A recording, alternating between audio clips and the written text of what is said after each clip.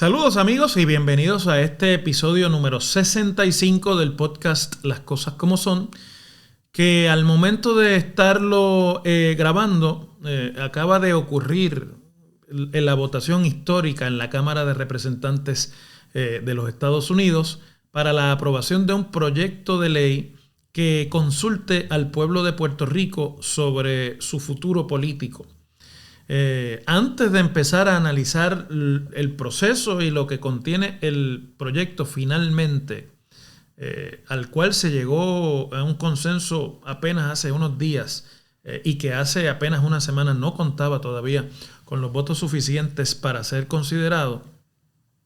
quiero echar por delante lo que en Estados Unidos llaman un reality check. Este proyecto se aprueba en los últimos días de un Congreso que está por morir. Al final del año acaba de ocurrir una elección de mitad de término, por lo tanto en enero un nuevo Congreso será juramentado. Ese nuevo Congreso cambia el balance de poderes allí. La Cámara de Representantes que aprobó este proyecto a partir de enero será un cuerpo con mayoría del Partido Republicano que se opone tenazmente a la legislación. Y el Senado de los Estados Unidos, donde los demócratas retuvieron el control, va cambiando día a día en cuanto a su balance, porque a pesar de que los demócratas obtuvieron 51 escaños de los 100, uno más que en la pasada elección de 2018, y eso les afincaba su control para el próximo término hasta 2024 del Senado, la senadora demócrata de Arizona, Kyrsten Sinema, se ha dado de baja de la delegación demócrata y se ha definido como una independiente. Por lo tanto, el Senado queda en términos generales nuevamente en un empate entre republicanos y demócratas, con el voto de la vicepresidenta Kamala Harris siendo realmente el voto de mayoría para los demócratas cuando sea necesario, y claro, con el voto de esta senadora independiente que estará del lado demócrata la mayor parte de las veces, uno puede pensar, pero no se puede asumir como tal. El senador Joe Manchin, que preside, por cierto, el comité del Senado que tiene jurisdicción sobre los asuntos de Puerto Rico, que es el otro disidente demócrata en esa delegación, ha dicho esta semana al periódico Político, especializado en temas de la capital federal, que él todavía no ha decidido si se mantiene como miembro de la delegación demócrata o si proclama su estatus de independiente, porque Manchin, más que Sinema, se comporta como un republicano, entendiendo que representa un estado sureño como West Virginia y que muchos de sus intereses legislativos están del lado republicano. Con eso aclarado, el proyecto de ley fue un ejercicio de mollero político de los demócratas que saldrán pronto de la mayoría, y fundamentalmente lo que ordena es la celebración de un plebiscito sobre las 3 fórmulas de estatus político que recibieron discusión y que han sido objeto de este consenso, a saber, la anexión de Puerto Rico como Estado de la Unión, que también le llaman la estadidad, la independencia, es decir, el advenimiento de Puerto Rico a la comunidad independiente de naciones en el mundo, o lo que el proyecto titula la soberanía en libre asociación con los Estados Unidos, que es una fórmula reconocidamente distinta al actual Estado Libre Asociado, que desde 1952 ha sido oficialmente el nombre de la relación colonial entre Puerto Rico y los Estados Unidos.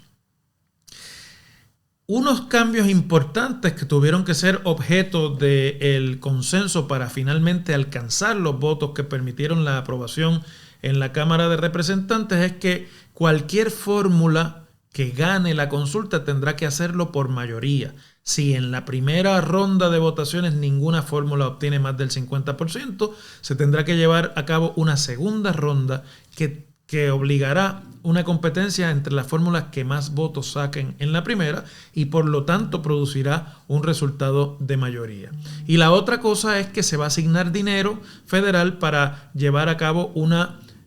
campaña educativa electoral sobre las fórmulas que se vayan a incluir o que se incluyen en la consulta. Y se va también a solicitar que haya la participación de observadores internacionales cuando quiera que ese plebiscito ocurra. Con esto dicho, bueno, todo esto es en teoría porque el Congreso que está por concluir deja muy claro que no existe el tiempo necesario para que este proyecto, que apenas se aprobó en la tarde del 15 de diciembre, cruce al Senado, allí sea considerado por los comités que tienen jurisdicción, principalmente el que preside el republicano Joe Manchin, y que luego de eso pase a la Casa Blanca. Pero en la votación del 15 de diciembre han ocurrido cosas importantes que no se pueden menospreciar y mucho menos reducir. El que se haya alcanzado un consenso de esta naturaleza que básicamente cambia las reglas de lo que ha sido la discusión de estatus político en Puerto Rico por los pasados 50 años y que eso haya llevado a una votación de 233 votos a favor y 191 votos en contra, la absoluta totalidad de los cuales han sido del Partido Republicano, es un desarrollo que va a marcar futuras discusiones sobre este tema en el Congreso. Y la otra cosa importante que me parece que tampoco se puede dejar al rescoldo es que justo cuando comenzaba el debate de la medida en el hemiciclo de la Cámara de Representantes, el presidente Joe Biden, a través de una declaración escrita de la Casa Blanca, hizo público un fuerte respaldo a esta medida legislativa, indicando que el presidente estaría en posición de firmarla si llegase a su consideración, cosa que no va a ocurrir por la situación prevaleciente, como ya explicamos, en el Senado federal. Entonces, bueno, nos queda ahora examinar los detalles interesantes sobre este nuevo consenso que se dio como parte de este proceso. La medida es de la autoría del saliente presidente de la Comisión de Recursos Naturales de la Cámara de Representantes, el demócrata de Arizona, Raúl Grijalva, pero su verdadero motor, su verdadera fuerza motriz es el hasta ahora saliente también portavoz de la mayoría demócrata en la Cámara de Representantes, el demócrata de Maryland, Steny Hoyer. La puertorriqueña por Nueva York,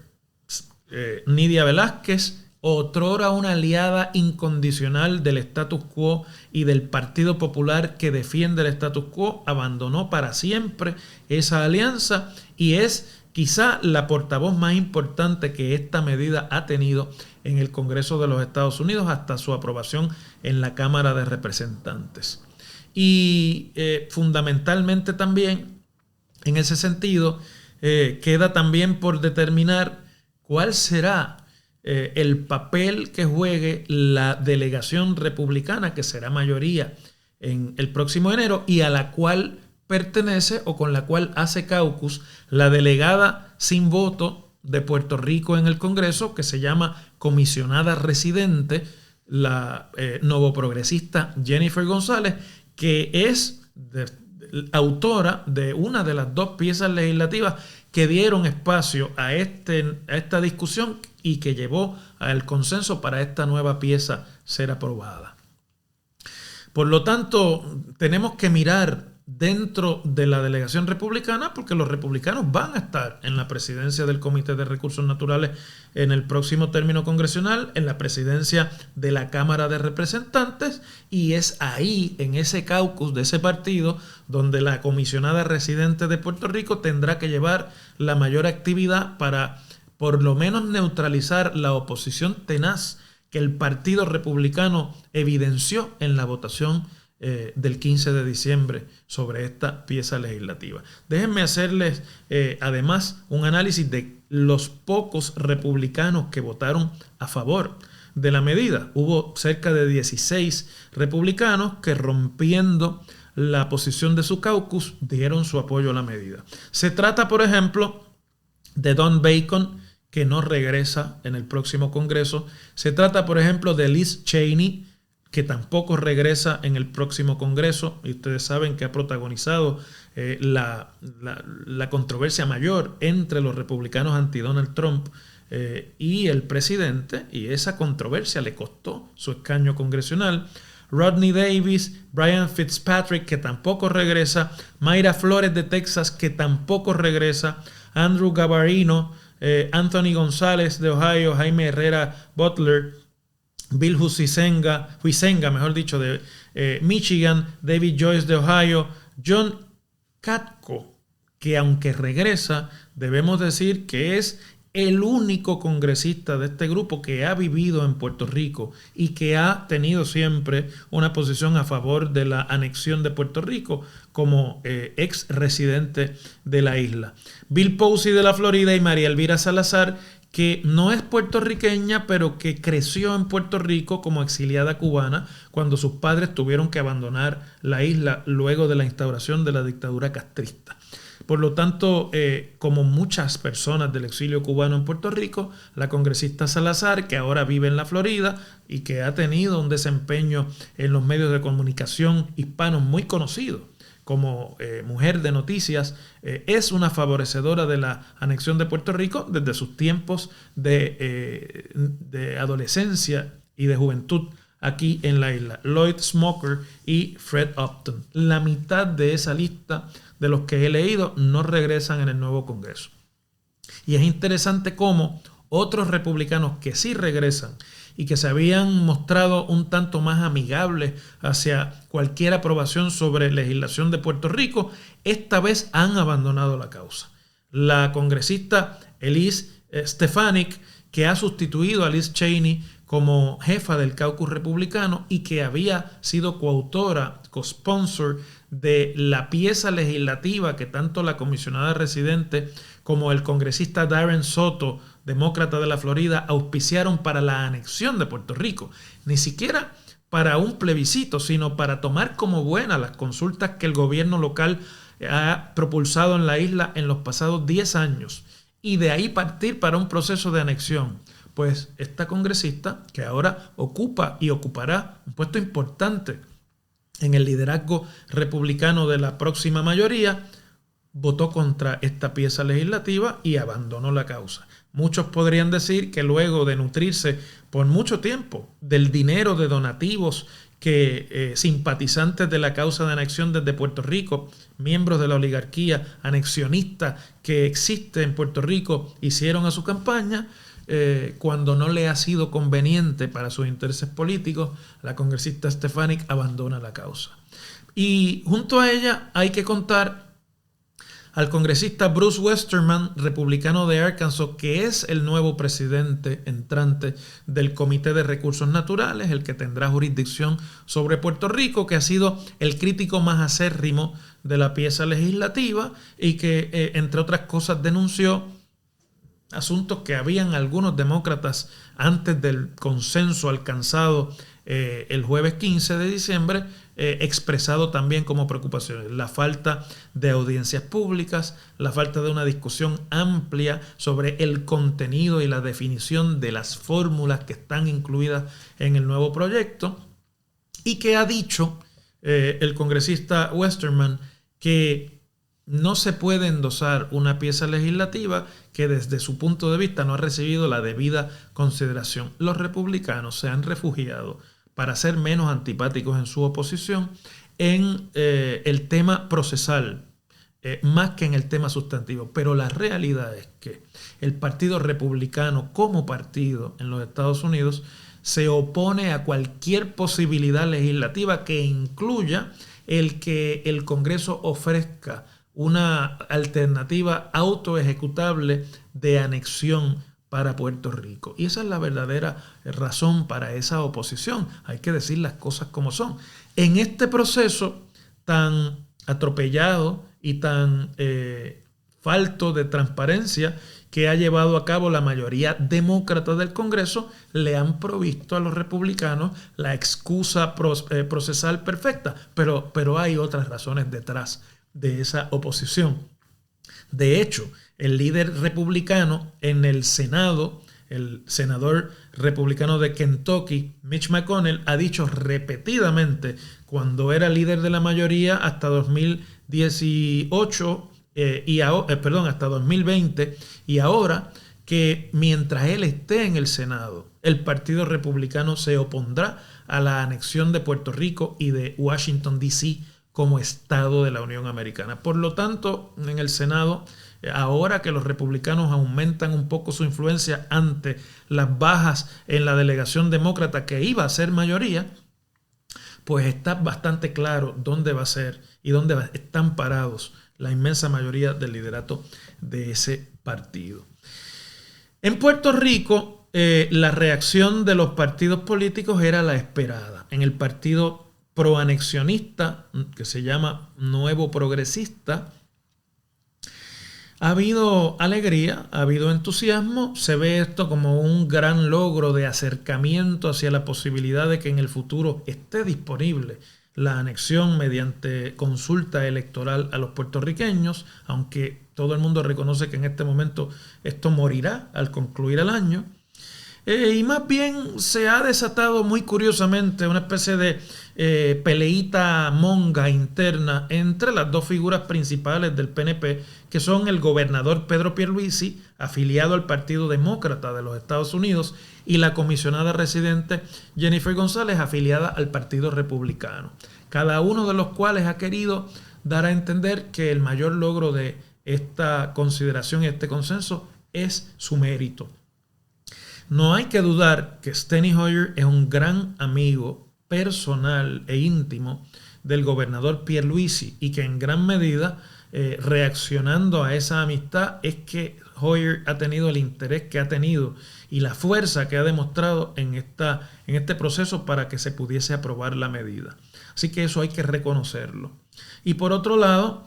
también queda claro que la comisionada no pudo atraer ningún voto importante del liderazgo de su partido en el Congreso a favorecerla. Al contrario, sufrió bajas importantes como la que ya les acabo de describir. Así que desde ese punto de vista, la pregunta es cómo la comisionada en los 2 años que le queda en el Congreso va a enmendar esa falta de influencia que demuestra lo que ha ocurrido aquí suya ante la delegación con la que ella hace caucus allí. La comisionada, por su parte, ha querido decir que su trabajo estuvo más bien enfocado a lograr el consenso, a facilitar que estuviera presente el interés de los anexionistas en cualquier versión que se hubiese aprobado al final y que eso se ha logrado, y por lo tanto ha reclamado también mérito en la aprobación de esta legislación un tanto inoficiosa, de la que estoy seguro, a seguir hablando por meses y quizás hasta por años, porque es el último episodio en la larga lista de iniciativas congresionales, de votaciones en comité y de proyectos inclusive votados en el Congreso en los 120 años de relación que ya existe entre Puerto Rico y los Estados Unidos luego de la invasión de la guerra hispanoamericana en 1898. El Partido Popular Democrático, favorecedor de la fórmula de Estado Libre Asociado, por lo menos institucionalmente, ha tenido una reacción natural, porque si hay algo que destacar en esta ocasión es que esa fórmula ha quedado para siempre fuera de la consideración, por lo menos en la Cámara de Representantes, de futuros debates sobre el estatus de Puerto Rico. El presidente del partido, que es presidente también del Senado, José Luis Dalmau, dijo que era una pérdida de tiempo, lo describió como un espectáculo para las gradas, cuando hay cosas más urgentes como la aprobación de los fondos Medicaid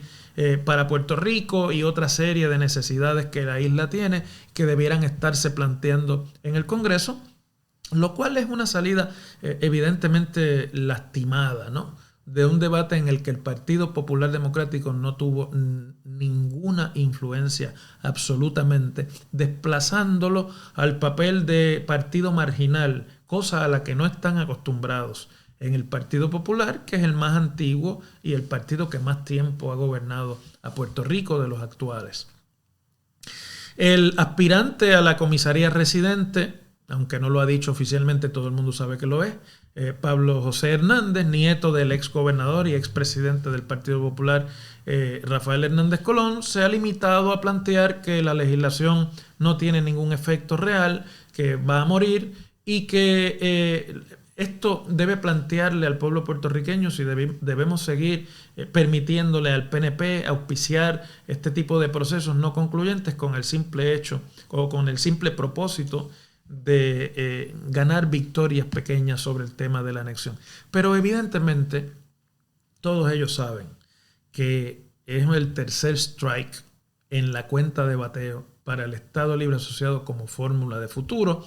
y además una cédula disidente del Partido Popular que está dirigida por el ex gobernador Aníbal Acevedo Vilá, pero que cuenta gente tan influyente como el ex presidente de la Cámara de Representantes Carlos Vizcarrondo o como el legislador ex popular Luis Raúl Torres, que ahora se ha declarado independiente, pero ha sido toda la vida electo por el Partido Popular, pues en el municipio de San Juan.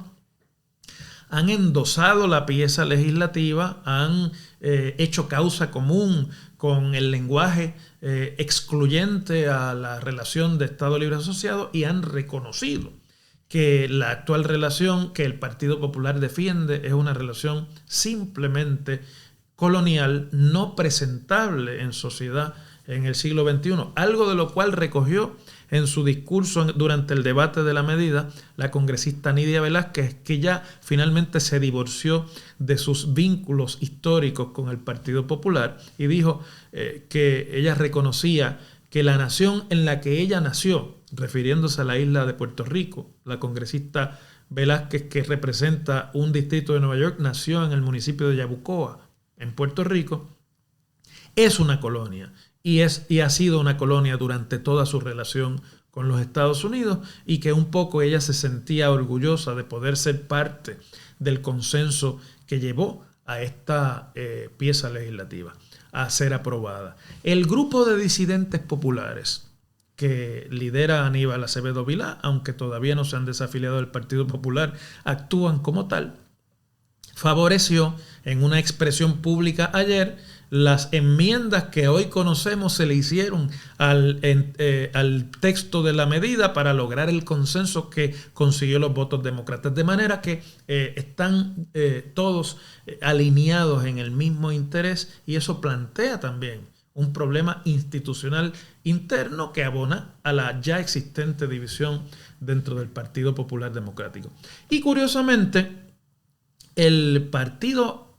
más joven de los que han tenido participación en las elecciones, o uno de los más jóvenes, el Movimiento Victoria Ciudadana, que agrupa a algunos ex populares soberanistas y que agrupa también a independentistas no afiliados al Partido Independentista Puertorriqueño, ha decidido no endosar tan entusiastamente la pieza. Me sospecho que como una estrategia para ganar apoyo electoral en esa indecisión en la isla de Puerto Rico de camino a las elecciones de 2024,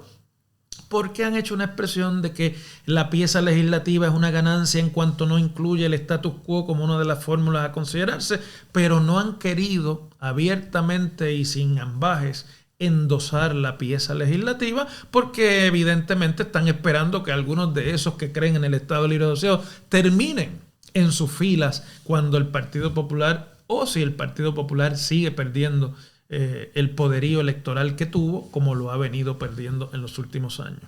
Y el Partido Independentista, que no tiene muchos problemas con el discurso ni con el lenguaje del proyecto, porque favorecen el que Puerto Rico se independice totalmente de los Estados Unidos e ingrese al concierto de las naciones del mundo,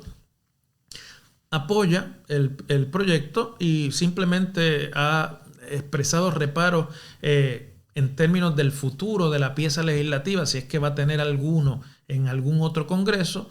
porque señalan que mientras esté en el proceso la posibilidad de que mediante una votación autoejecutable el Congreso le ofrezca la anexión a Puerto Rico, eso va a impedir su aprobación final, como en efecto parece lo que va a impedir que sea realmente convertido en ley este esfuerzo que ahora se celebra. Así que hay de todo como en botica en esta discusión para todas las facciones políticas en Puerto Rico, que algunas de ellas hoy celebran y estarán celebrando por los próximos años esta votación histórica. Otros que la reniegan y que ven en ella la posibilidad de su disolución política final, y otros que prefieren, en la confianza de que está muy lejos todavía la posibilidad de que el Congreso en realidad haga algo para definitivamente cambiar el estatus político de Puerto Rico, no hacerle tanto caso, quedarse un tanto distante y trabajar su propio apoyo para obtener el poder en la isla. Desde el punto de vista real, a mí me parece que esta pieza legislativa, inoficiosa como es, falta de toda posibilidad de convertirse en ley por lo menos en los próximos 2 años.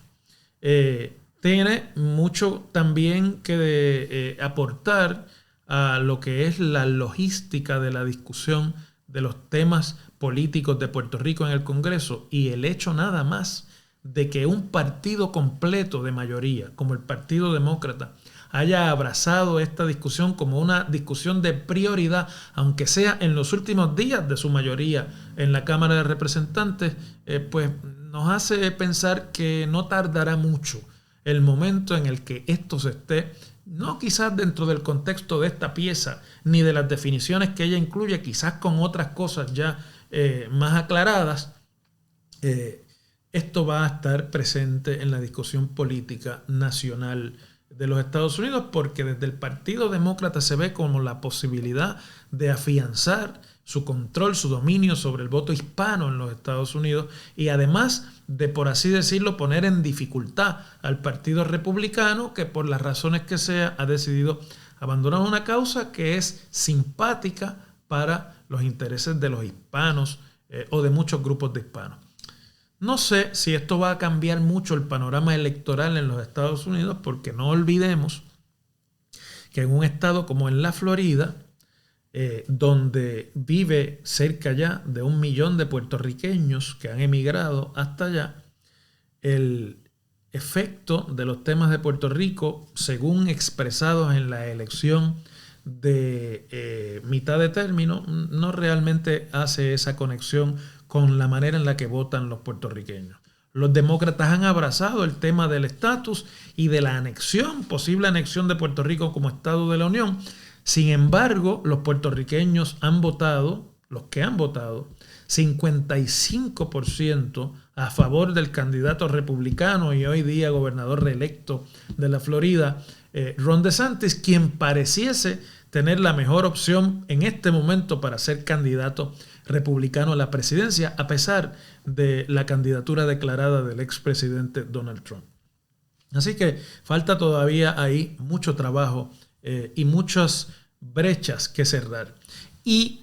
la otra cosa que me parece que es importante y que este proyecto abona es que, aunque no tenga posibilidades de aprobación futuras, inmediatas, pone de manifiesto temas sobre los cuales se va a tener que llegar a una determinación y a un consenso, como por ejemplo la situación, digámoslo así, de contexto dentro de las cuales estas posibilidades o posibles soluciones al estatus de Puerto Rico van a poder finalmente aprobarse. Por ejemplo, el lenguaje de hacer y de relacionarse con el gobierno y de la educación pública durante una posible anexión de Puerto Rico como Estado, una conversión de Puerto Rico a un Estado, ¿va a seguir siendo el español como es hoy día? ¿O se tiene que convertir al inglés como es en toda la totalidad de los Estados Unidos? ¿Ese requisito se le va a imponer o no se le va a imponer al futuro Estado de Puerto Rico como se le ha impuesto a todos los demás? ¿O es una nueva suerte de visión de ese Congreso sobre lo que es la anexión? Y desde el punto de vista de la soberanía, está el asunto de la ciudadanía. estadounidense que es tan atesorada por la inmensa mayoría de los puertorriqueños. Esa ciudadanía que ahora se aclara, se podría adquirir, según este proyecto, por la vía de sangre, por la ius sanguinis, mediante la inscripción del nuevo ciudadano en una embajada o en una oficina en los Estados Unidos, aunque no tenga más que un padre con ciudadanía estadounidense, ya no hay el requisito de que sean dos. Esa ciudadanía transmitida por la vía de sangre y no por la vía de nacimiento es suficiente para el pueblo puertorriqueño, que ve la ciudadanía como uno de sus grandes tesoros y como el gran tesoro de la relación colonial de Puerto Rico con los Estados Unidos. Esa definición que está allí de transmisión de la ciudadanía por sangre será suficiente. Todos estos son temas que habrá que discutir y que no han recibido aquí la debida consideración ni la debida atención, y en su momento se tendrá que llevar a mayor, por lo menos como parte de esa campaña de educación, a una mayor determinación por parte de los puertorriqueños. No quiero cerrar el podcast para que se reflexione sobre esto en el futuro, leerles lo que el congresista republicano de California, que ahora será mayoría, Tom McClintock, dijo durante su turno en este debate de aprobación del HR 8393. Dijo el congresista McClintock: ¿cómo es que esto beneficia a América? América quiere decir los Estados Unidos, al admitir a un Estado que está sumamente endeudado, pobremente educado, con los habitantes más pobres y con la mayor cantidad de desempleados en la nación. Esa por lo menos es la visión de un sector importante del Partido Republicano, y son los temas que tarde o temprano van a tener que discutirse cuando cualquier pieza parecida a esta tenga realmente una oportunidad de que sea aprobada en un futuro que a mí me parece no tan cercano.